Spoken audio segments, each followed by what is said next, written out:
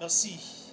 Téléspectateurs, vous qui aimez suivre bien sûr votre chaîne idéale Franco Badi TV. Vous savez, FBAD TV c'est une chaîne qui vous permet de comprendre beaucoup de réalités, beaucoup de choses. Et c'est comme ça que nous avons toujours l'habitude de vous demander, abonnez-vous massivement pour en savoir un peu plus. Et surtout vous qui nous suivez au niveau international, donc vous vous retrouvez en Europe. Vous êtes en Afrique, notamment ici au Congo, et pourquoi pas vous qui nous suivez localement ici dans la province de Kasaï, surtout dans la ville de Chikapa, où nous sommes. Notre mission, c'est d'aller chercher des informations pour vous, surtout les contenus réels, pour venir maintenant auprès de vous et puis vous étaler ça. Alors pour aujourd'hui, nous nous sommes déplacés pour aller retrouver nos amis de Amapa. Avec vous, nous allons comprendre ensemble c'est quoi Amapa et puis qui est avec nous. Restez toujours branchés parce que l'émission est déjà linkée. Voilà, nous sommes déjà avec lui ici. Lui, c'est bien sûr le coordonnateur de cette structure qu'on appelle Amapa, que je salue déjà. Bonjour. Bonjour chers journalistes, bonjour à tous les téléspectateurs qui nous suivent partout. Merci en tout cas de nous accorder ces petits moments. C'est moi qui vous remercie surtout pour nous avoir cherché et surtout être visiblement vus. En tout cas, merci beaucoup. Alors, nous sommes bien sûr sur FBAD TV. Merci. Et nous sommes venus ici, nous sommes dans le cadre, en fait, dans le bureau de Amapa.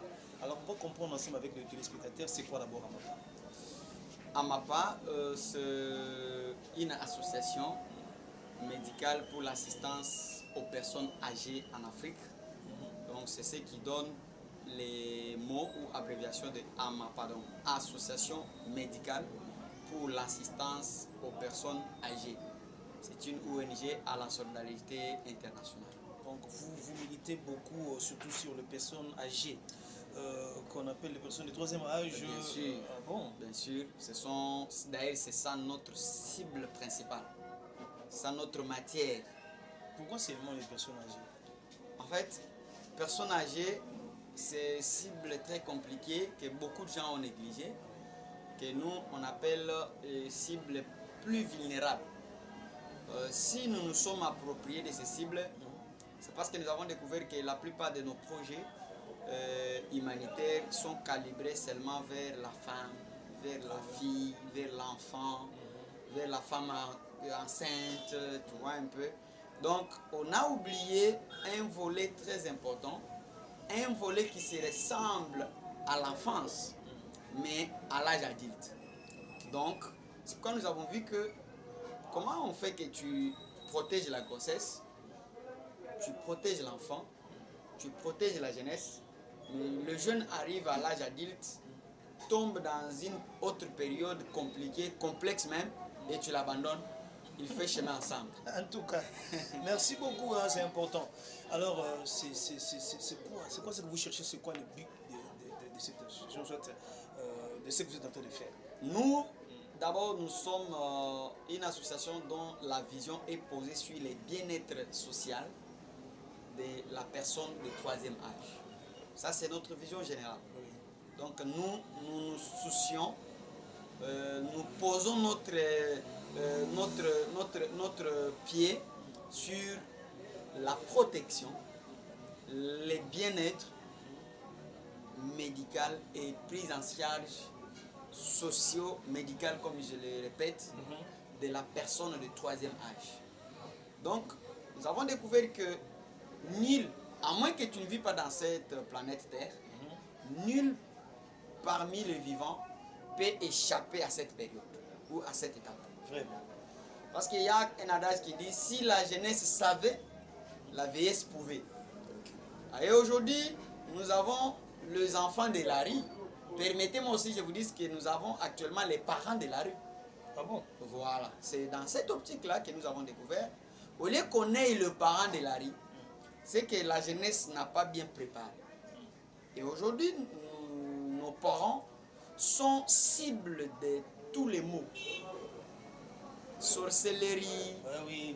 attaque, donc d'ailleurs les prophéties, permettez-moi, je n'attaque pas les pasteurs, les prophéties des églises sont focalisées sur nos parents, c'est là où je voulais nos aînés. C'est là où je voulais en venir. Voilà. Vous savez, lorsque ici, en fait, nous sommes en Afrique surtout, hein, et puis nous sommes bantous, Et on a toujours eu tendance de taxer les personnes de troisième âge comme sorciers.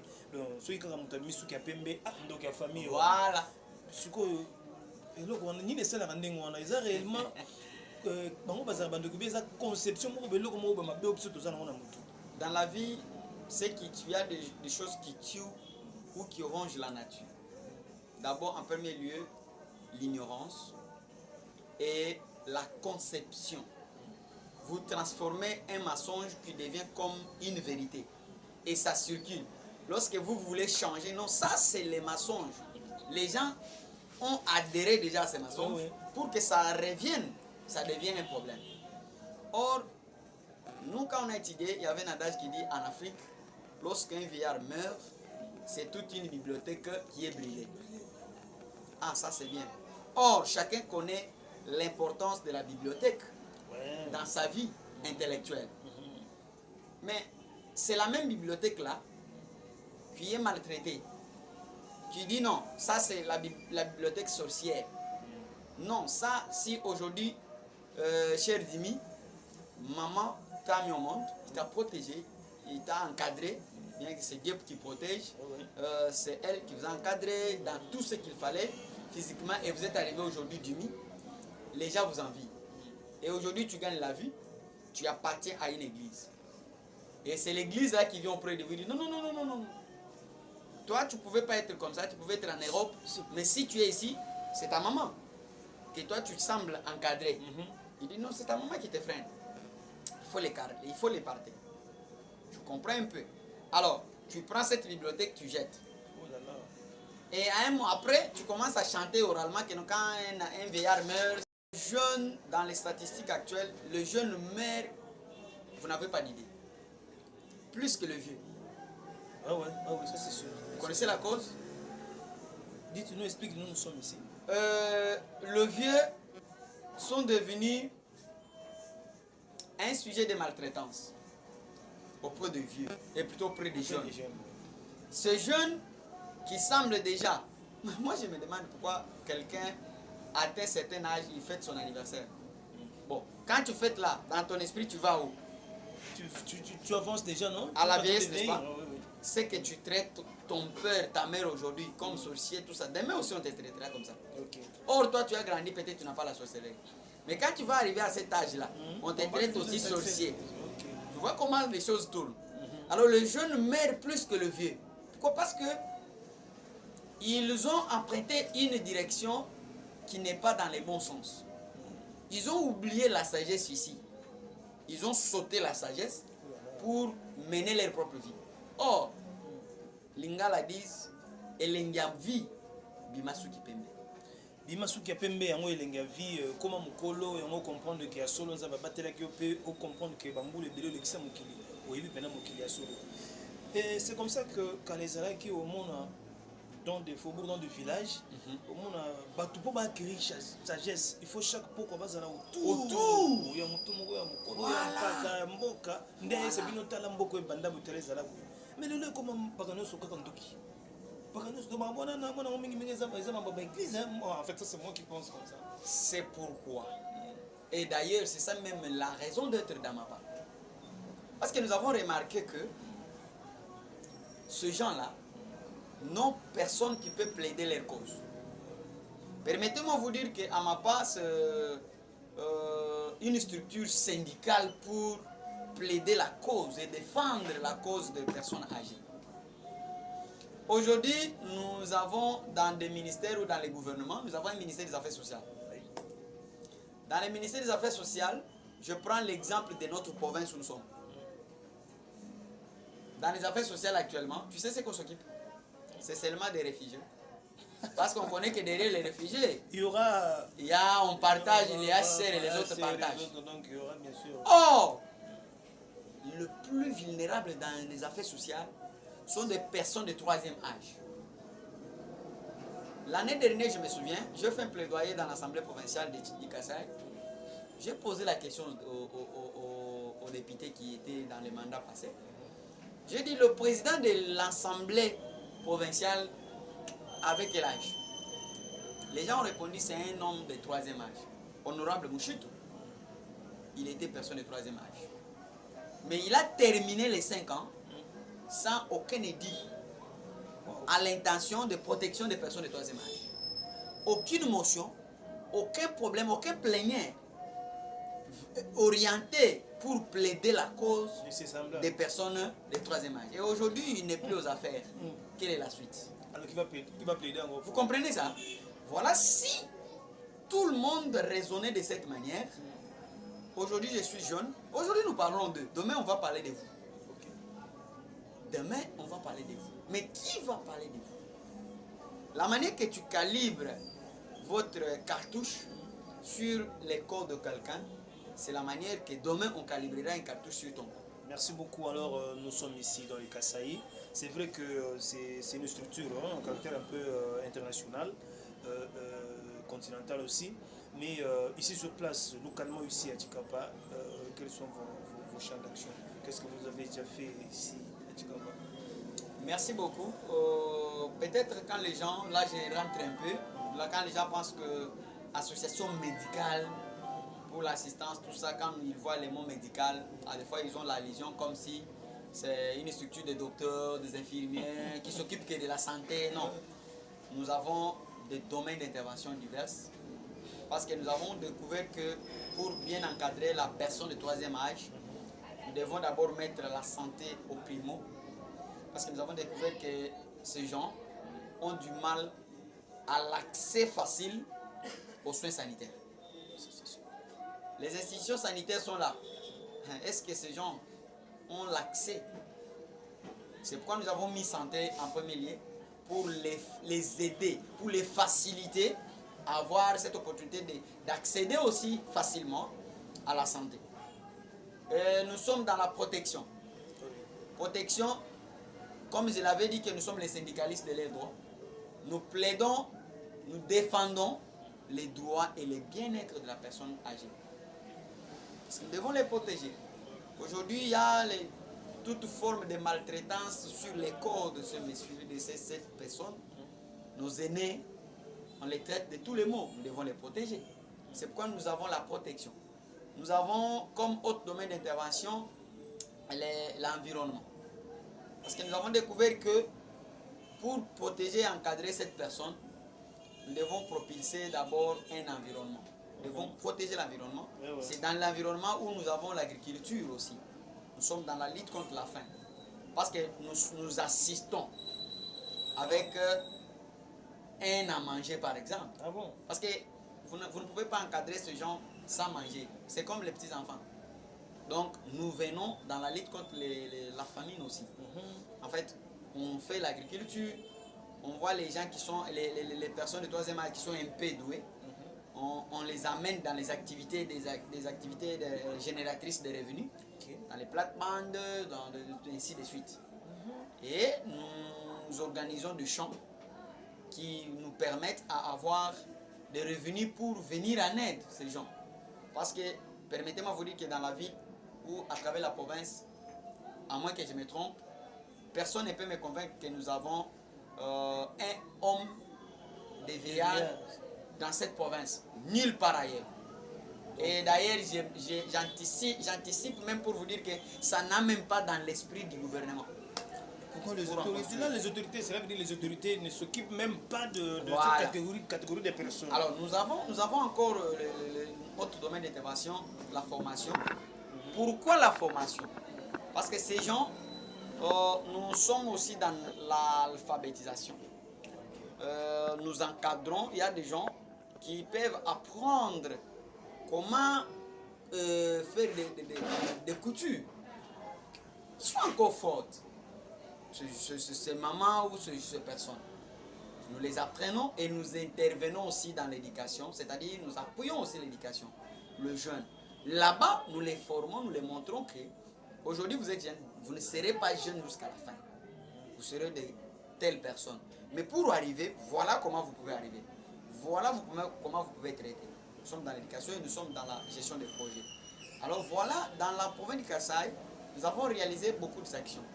C'est dans ces domaines-là, surtout des domaines sociaux, médicaux, nous avons assisté quand même quelques personnes de troisième âge. Nous avons nos gens que nous avons identifiés. Parce que nous n'assistons pas dans la rue, je les trouve à Zolela, à Bokabela, j'assiste parce que je suis dans l'association d'assistants. Non, nous identifions et on les oriente. On les oriente vers les centres de santé cibles avec lesquels nous travaillons comme le partenaire volontaire. Nous les encadrons comme ça. Quand ils sont malades, moi, paracétamol, moi, quinine, les Oya. Bon, voilà un peu des réalisations. Merci beaucoup. Tout à l'heure, vous nous avez dit, vous les assistez, vous donnez, vous faites ceci, et tout cela.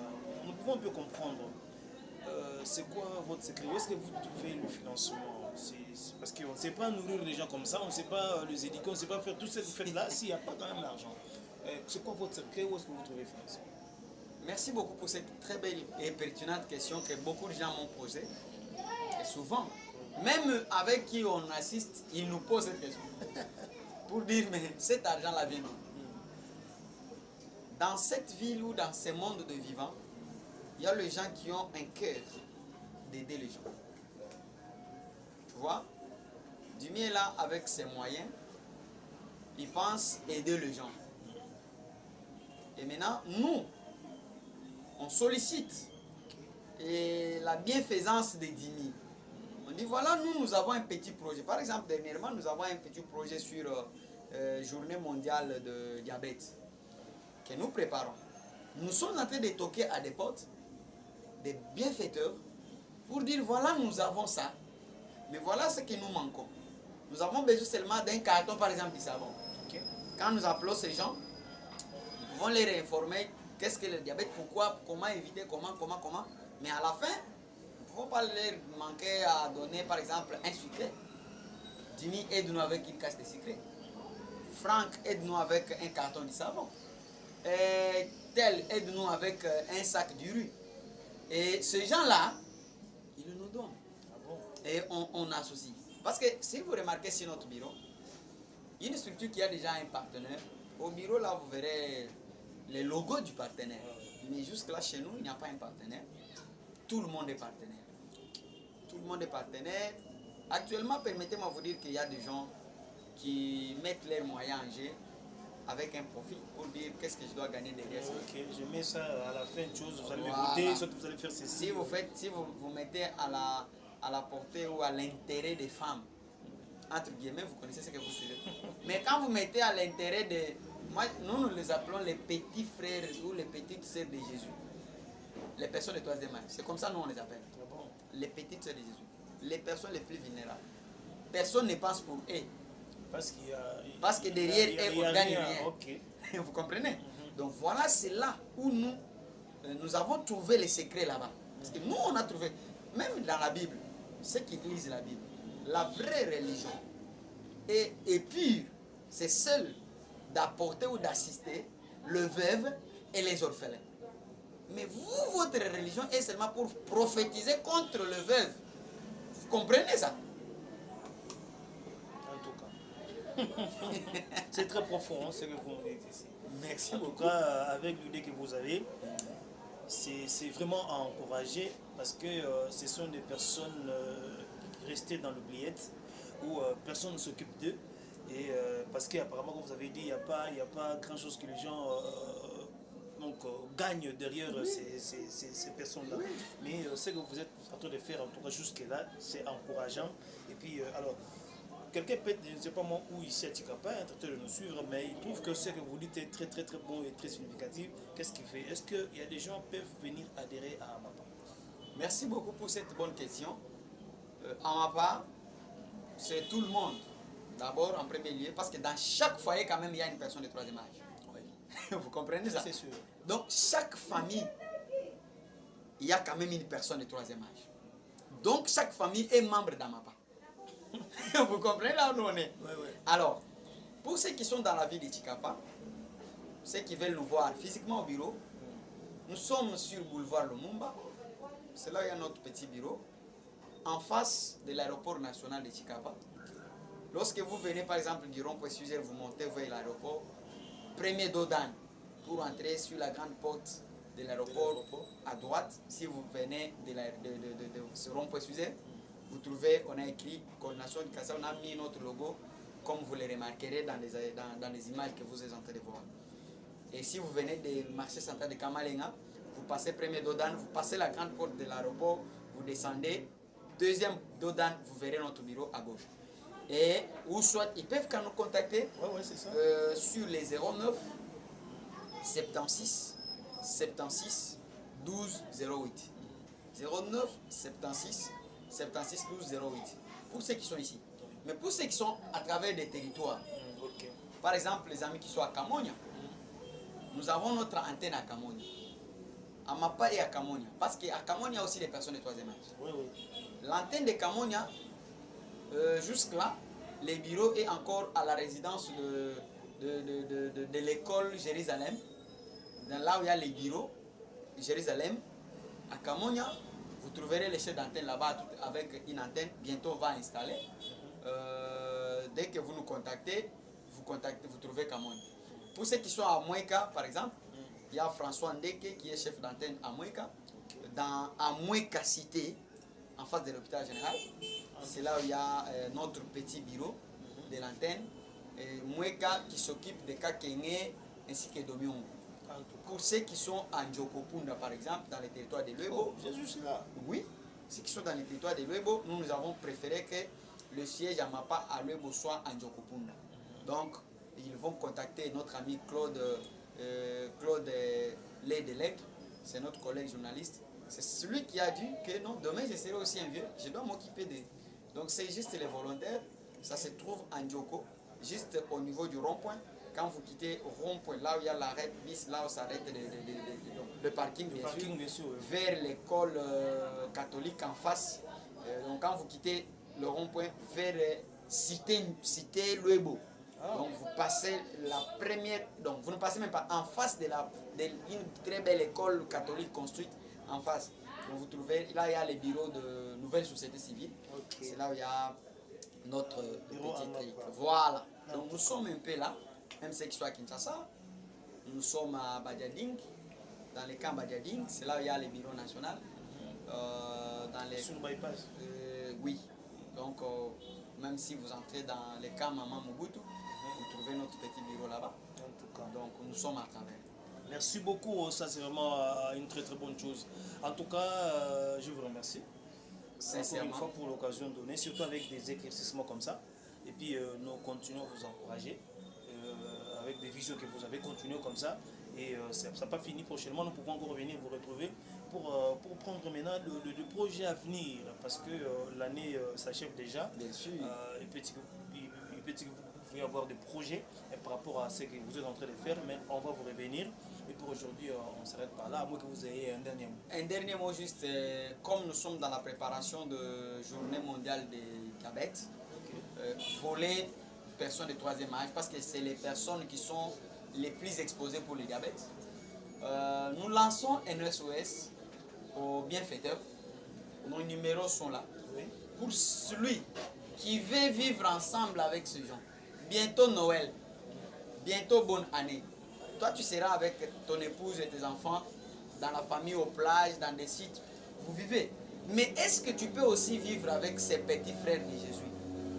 C'est pourquoi nos numéros MPSA, nos numéros Airtelman sont là. C'est lui qui veut vivre, passer Noël ensemble avec des gens, des personnes de troisième âge. Tout ça, nos portes sont ouvertes. Il faut essayer de le laisser parce que nous terminons. 09 76 76 12 08. J'ai dit bien 09 76 76 12 08. Ça là, donne à yo. Tout fait ensemble avec ces gens. Même un sac de riz, même un carton de poulet, même un petit bidon de huile végétale. Donc on peut s'abattre, on a tenu si vraiment que mon bilo bolé fait oyo et vous n'êtes pas qui gagne. Il a voulu que vous faites ensemble. Noël y a bonne année en mode.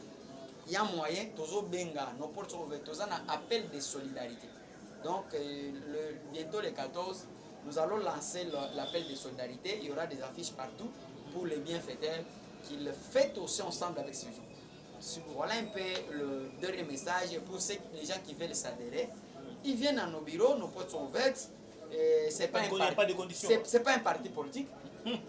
C'est juste prendre votre fiche d'adhésion pour qu'on sache que tu es membre. Ok. C'est une manière de prendre votre engagement que je vais servir volontairement. Ok. Nous, ce n'est pas de l'État, c'est des bénévolents. En tout cas, merci beaucoup. Pour aujourd'hui, on s'arrête là. Merci Alors, beaucoup. on dit merci à tous les téléspectateurs. Vous qui aimez bien sûr suivre cette chaîne YouTube, abonnez-vous massivement pour en savoir plus.